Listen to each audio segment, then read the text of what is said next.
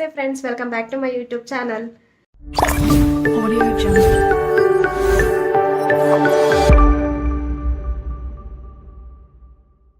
Friends, ಎಲ್ಲರೂ ಹೇಗಿದ್ದೀರಾ? I hope ಎಲ್ಲರೂ ಚೆನ್ನಾಗಿದ್ದೀರಾ ಅನ್ಕೊಂಡಿದ್ದೀನಿ. ನಾನು ಕೂಡ ಚೆನ್ನಾಗಿದ್ದೀನಿ. ಇವತ್ತಿನ ವಿಡಿಯೋದಲ್ಲಿ ನೀವು ತಮ್ಲೈನಲ್ಲಿ ನೋಡಿದ್ದೀರಾ, ನಾನು ಸಾಯಿಬಾಬಾ ವ್ರತದ ಬಗ್ಗೆ, ಚಮತ್ಕಾರಿಯಾಗಿರುವಂತಹ ಸಾಯಿಬಾಬಾ ವ್ರತದ ಬಗ್ಗೆ ತಿಳಿಸ್ಕೊಡೋಣ ಅಂತ.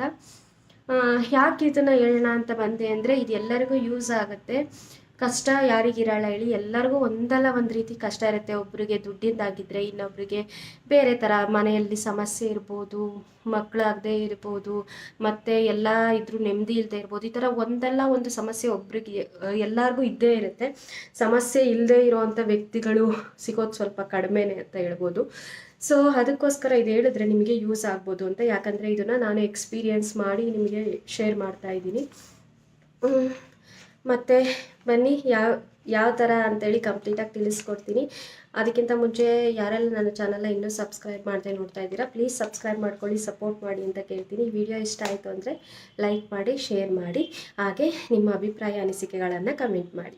ಸೊ ನಾನು ಆವಾಗಲೇ ಹೇಳಿದೆ, ಈ ಒಂದು ವ್ರತ ಅಂದರೆ ನಾನು ಆ್ಯಕ್ಚುಲಿ ತುಂಬ ದೇವರನ್ನ ನಂಬ್ತೀನಿ. ಮನುಷ್ಯಕ್ಕಿಂತ ಜಾಸ್ತಿ ದೇವ್ರನ್ನೇ ನಂಬೋದು. ಯಾಕಂದರೆ ಮನುಷ್ಯರು ಅದು ಯಾವಾಗ ಹೆಂಗೆ ಚೇಂಜ್ ಆಗ್ತಾರೋ, ಮತ್ತು ಯಾವ ಥರ ಏನು ಮೋಸ ಮಾಡ್ತಾರೋ, ಯಾವ ಥರ ಮಾತಾಡ್ತಾರೋ ಹೇಳೋದಕ್ಕಾಗಲ್ಲ. ಬಟ್ ನಾನು ನಂಬೋದು ದೇವರನ್ನೇ. ಏನಾದರೂ ಆಗಲಿ, ಎಂಥ ಪರಿಸ್ಥಿತಿ ಬರಲಿ, ಏನೂ ಆಗೋದೇ ಇಲ್ಲಪ್ಪ ಅಂದಾಗ ಏನಾದರೂ ಒಂದು ದಾರಿ ತೋರಿಸೋದು ದೇವರು ಅಂತ ನಾನು ನಂಬಿದ್ದೀನಿ.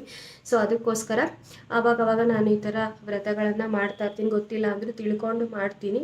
ಸೊ ಈ ಒಂದು ವ್ರತನ ನಾನು ಆಲ್ರೆಡಿ ಮಾಡಿದ್ದೀನಿ, ಟೂ ಟೈಮ್ಸ್ ಮಾಡಿದ್ದೀನಿ. ಒಂದು ಸ್ವಲ್ಪ ಚೇಂಜಸ್ ನನ್ನ ಲೈಫಲ್ಲೂ ಕೂಡ ಆಗಿದೆ. ನನಗೆ ಖುಷಿಯಾಗಿದೆ. ಅದಕ್ಕೆ ಇದನ್ನು ನಿಮ್ಮ ಜೊತೆಗೂ ಶೇರ್ ಮಾಡಬೇಕು ಅಂತ, ನಿಮಗೂ ಒಳ್ಳೆಯದಾಗುತ್ತೆ, ನೀವು ಮಾಡಿ ಅಂತ ನಾನು ಕೇಳ್ಕೊತೀನಿ. ನೀವು ಮಾಡಿ ನೋಡಿ, ಆವಾಗ ನೀವೇ ನನಗೆ ಕಮೆಂಟ್ ಮಾಡ್ತೀರಾ, ಇದು ಅಂದರೆ ವರ್ಕ್ ಆಯಿತು, ಒಳ್ಳೆಯದಾಯಿತು ಅಂತೇಳಿ. ಸೊ ಮತ್ತು ಆ್ಯಕ್ಚುಲಿ ಹೇಳ್ಬೇಕಂದ್ರೆ ಮಿಡಲ್ ಕ್ಲಾಸ್ ಅವರಿಗೆ ಸ್ವಲ್ಪ ಕಷ್ಟ ಅನ್ಬೋದು. ಲೋವರ್ಗಿಂತ ಹೈಯರ್ಗಿಂತ ಮಿಡಲ್ ಕ್ಲಾಸ್ ಅವ್ರು. ಯಾಕಂದರೆ ನಾವು ಕಷ್ಟದಲ್ಲಿ ಇದ್ದೀವಿ ಅಂತ ಹೇಳ್ಕೊಳಕ್ಕೂ ಆಗಲ್ಲ, ನಾವು ಚೆನ್ನಾಗಿದ್ದೀವಿ ಅಂತ ತೋರಿಸ್ಕೊಳಕ್ಕಾಗಲ್ಲ. ಎರಡರ ಮಧ್ಯೆ ಸಿಕ್ಕಾಕೊಂಡಿರ್ತೀವಿ. ಏನಾದರೂ ಕಷ್ಟ ಇದೆ ಅಂತ ನಮ್ಮವ್ರಿಗೆ ನಾವು ಹೇಳೋಕ್ಕೋದ್ರೆ, ಏನಾದರೂ ಸಹಾಯ ಕೇಳೋಕ್ಕೋದ್ರೆ ಬೇರೆ ಥರನೇ ಮಾತಾಡ್ತಾರೆ. ಚೆನ್ನಾಗಿದ್ದೀವಿ ಅಂತ ತೋರಿಸ್ಕೊಂಡ್ರೆ ಅಯ್ಯೋ ಅವ್ರಿಗೇನಾಗಿದೆ ಹಂಗೆ ಹಿಂಗೆ ಅಂತೇಳಿ ಮಾತಾಡ್ತಾರೆ. ಈ ಥರ ಇದೀವಿ ನಾವು. ಸೊ ಅದಕ್ಕೆ ನಮಗೂ ಇದೆ ಇಲ್ಲ ಅಂತಲ್ಲ, ಎಲ್ಲ ಕಷ್ಟ ಕ್ಲಿಯರ್ ಆಗಿದೆ ಅಂತಲ್ಲ, ಸ್ವಲ್ಪ ನೆಮ್ಮದಿ ಅನ್ನೋದಿದೆ ಇವಾಗ. ಅದಕ್ಕೋಸ್ಕರ ಸೊ ಏನಿಲ್ಲ, ಸಿಂಪಲ್ಲಾಗಿ ಮಾಡ್ಬೋದು. ಇದನ್ನು ಹಂಗೆ ಮಾಡಬೇಕು, ಹಿಂಗೆ ಮಾಡಬೇಕು, ಇದೇ ಥರ ಪಾಲನೆ ಮಾಡಬೇಕು ಅಂತ ಯಾವುದೇ ಕಠಿಣ ಕ್ರಮ ಏನೂ ಇಲ್ಲ ಇದರಲ್ಲಿ. ಬಾಬನ್ನ ಭಕ್ತಿಯಿಂದ ನಾವು ಕೇಳಿಕೊಂಡು ಪೂಜೆ ಮಾಡಿದ್ರೆ ಸಾಕು. ಗುರುವಾರದೊತ್ತು 9 ವಾರಗಳ ಕಾಲ ಪೂಜೆ ಮಾಡಿಬಿಟ್ರೆ ಬಾಬಾ ಒಲಿತಾರೆ. ಹಾಗೆ ನಮಗೆ ನಾವೇನು ಅಂದ್ಕೊಂಡಿದ್ವೋ ಅದು ಖಂಡಿತವಾಗ್ಲೂ ಆಗುತ್ತೆ. ನಿಮ್ಮ ಪೂಜೆ ಮುಗಿಯೋ ಒಂದು 9 ವಾರದೊಳಗೆ ಆಗ್ಬೋದು, ಕೆಲವರಿಗೆ ಅದಾದಮೇಲೆ ಆಗ್ಬೋದು, ಸ್ವಲ್ಪ ಜನಕ್ಕೆ ಸ್ವಲ್ಪ ಸಮಯ ಕೂಡ ತಗೋಬೋದು. ಏನಿಲ್ಲ, ಸಿಂಪಲ್ಲಾಗಿ 9 ವಾರಗಳು ನೀವು ಗುರುವಾರ ಏನು ಮಾಡಬೇಕು ಅಂದರೆ, ಬೆಳಗ್ಗೆನೆ 6 ಗಂಟೆ ಒಳಗೆ ಪೂಜೆ ಮಾಡಿ. ನಿಮಗೆ ಬೆಳಗ್ಗೆ ಆಗಲಿಲ್ಲ ಅಂತಿದ್ದೀನ ಸಂಜೆ ಕೂಡ ಮಾಡ್ಬೋದು, ಏನು ತೊಂದರೆ ಇಲ್ಲ. ಉಪವಾಸ ಇದ್ದು ಮಾಡೋಕ್ಕಾಗುತ್ತೆ ಅಂದರೆ ಉಪವಾಸ ಇದ್ದು ಮಾಡಿ ಒಳ್ಳೆಯದು, ಇಲ್ಲ ಅಂದರೆ ಪರವಾಗಿಲ್ಲ, ನಾರ್ಮಲಾಗಿ ಮಾಡಿ. ಮತ್ತು ಒಂದು ಸಿಂಪಲ್ಲಾಗಿ ಬಾಬಾನ ಮೂರ್ತಿಯನ್ನು ತಂದು ಇಟ್ಕೊಂಡು ನೀವು ಅದಕ್ಕೊಂದು ಏನು ಮಾಡಬೇಕು ಅಂದರೆ, ದೇವ್ರ ಮನೆ ಎಲ್ಲ ಕ್ಲೀನ್ ಮಾಡ್ಕೊತೀರಲ್ಲ, ನಾರ್ಮಲ್ ಪೂಜೆ ಮಾಡ್ತೀರಲ್ಲ, ಒಂದು ಪೀಠ ಇಟ್ಬಿಟ್ಟು ಅದಕ್ಕೆ ಹಸಿರು ಬಣ್ಣದ ಒಂದು ಬಟ್ಟೆನ ಹಾಕಿ, ಬಾಬಂಗೆ ಅರಿಶಿನ ಅಂದರೆ ತುಂಬ ಇಷ್ಟ.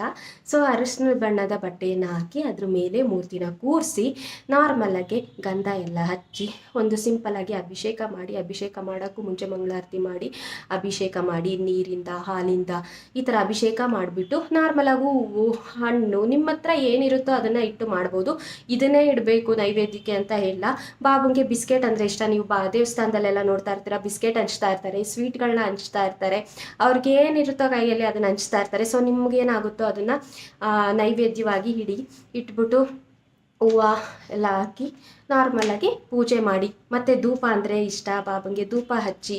ಸೊ ಈ ಥರ ಎಲ್ಲ ಪೂಜೆ ಮಾಡಿ. ಪೂಜೆ ಮಾಡೋಕ್ಕೂ ಮುಂಚೆನೇ ನೀವು ಕೇಳ್ಕೊಳ್ಳಿ, ನೀವು ಯಾವುದಕ್ಕೆ ಪೂಜೆ ಮಾಡ್ತಿದ್ದೀರಾ, ನಿಮಗೇನು ಕಷ್ಟ ನಿವಾರಣೆ ಆಗಬೇಕು, ನನಗಿದು ಆಗಬೇಕು, ಅದಕ್ಕೋಸ್ಕರ ನಿನ್ನನ್ನು ಬೇಡ್ಕೋತಾ ಇದ್ದೀನಿ ಬಾಬಾ, ಈ ವ್ರತ ಮುಗಿಯೋದ್ರೊಳಗೆ ನನಗೆ ಇದು ಒಂದನ್ನು ಪರಿಹಾರ ಮಾಡಿಕೊಡಿ ಅಂತ ಕೇಳಿಬಿಟ್ಟು ನೀವು ಪೂಜೆನ ಸ್ಟಾರ್ಟ್ ಮಾಡಿ.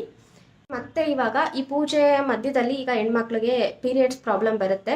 ಸೊ ಆ ಥರ ಬಂತು ಅಂದರೆ ಏನು ಪ್ರಾಬ್ಲಮ್ ಇಲ್ಲ, ಆ ವಾರ ಸ್ಕಿಪ್ ಮಾಡಿಬಿಟ್ಟು ನೀವು ಮುಂದಿನ ವಾರದಿಂದ ಕೌಂಟ್ ಮಾಡಿಕೊಂಡು 9 ವಾರಗಳು ಮಾಡ್ಬೋದು. ಆಮೇಲೆ ಇನ್ನೊಂದೇನೆಂದರೆ, ಏನಾದರೂ ನಾನ್ ವೆಜ್ ಏನಾದರೂ ತಿನ್ನೋರಿದ್ದರೆ ಆ ಗುರುವಾರ ನೀವೇನು ಪೂಜೆ ಮಾಡ್ತೀರೋ ಅವತ್ತು ಮಾತ್ರ ತಿನ್ನಬೇಡಿ, ಅದನ್ನು ಬಿಟ್ಬಿಡಿ. ಮತ್ತು ಹಾಗೆ ಕೂಡ ಗಂಡ ಹೆಂಡತಿ ಕೂಡ ಜೊತೆಗೆ ಸೇರಬೇಡಿ ಅವತ್ತೊಂದು ದಿನ.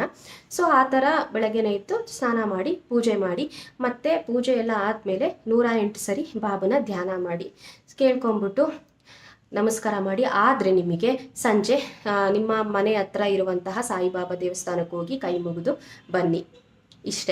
ಇಷ್ಟೇ ಸಿಂಪಲಾಗಿ ಮಾಡ್ಬೋದು. ಮತ್ತು ಇನ್ನೊಂದು ಡೌಟ್ ಇರ್ಬೋದು, ನಾವೇನಾದರೂ ಹೊರ್ಗಡೆ ಹೋಗಿರ್ತೀವಿ, ಸ್ಟಾರ್ಟ್ ಮಾಡಿರ್ತೀವಿ 2ನೇ ವಾರ 3ನೇ ವಾರ, ಇವಾಗ ನಾವು ಎಲ್ಲಾದರೂ ಹೊರಗಡೆ ಹೋಗಿರ್ತೀವಿ ಅಂದರೆ ತೊಂದರೆ ಇಲ್ಲ, ನೀವು ಅಲ್ಲೇ ಕೂಡ ಮೂರ್ತಿನ ಇಟ್ಟು ಪೂಜೆ ಮಾಡ್ಬೋದು. ಇದಕ್ಕೆ ನಾವು ಇಲ್ಲೇ ಮಾಡಬೇಕು ಹಿಂಗೆ ಮಾಡಬೇಕು ಅಂತೆಲ್ಲ ಯಾವ ಕ್ರಮವೂ ಇಲ್ಲ, ಭಕ್ತಿಯಿಂದ ಮಾಡಿದ್ರೆ ಸಾಕು ಅಷ್ಟೇ.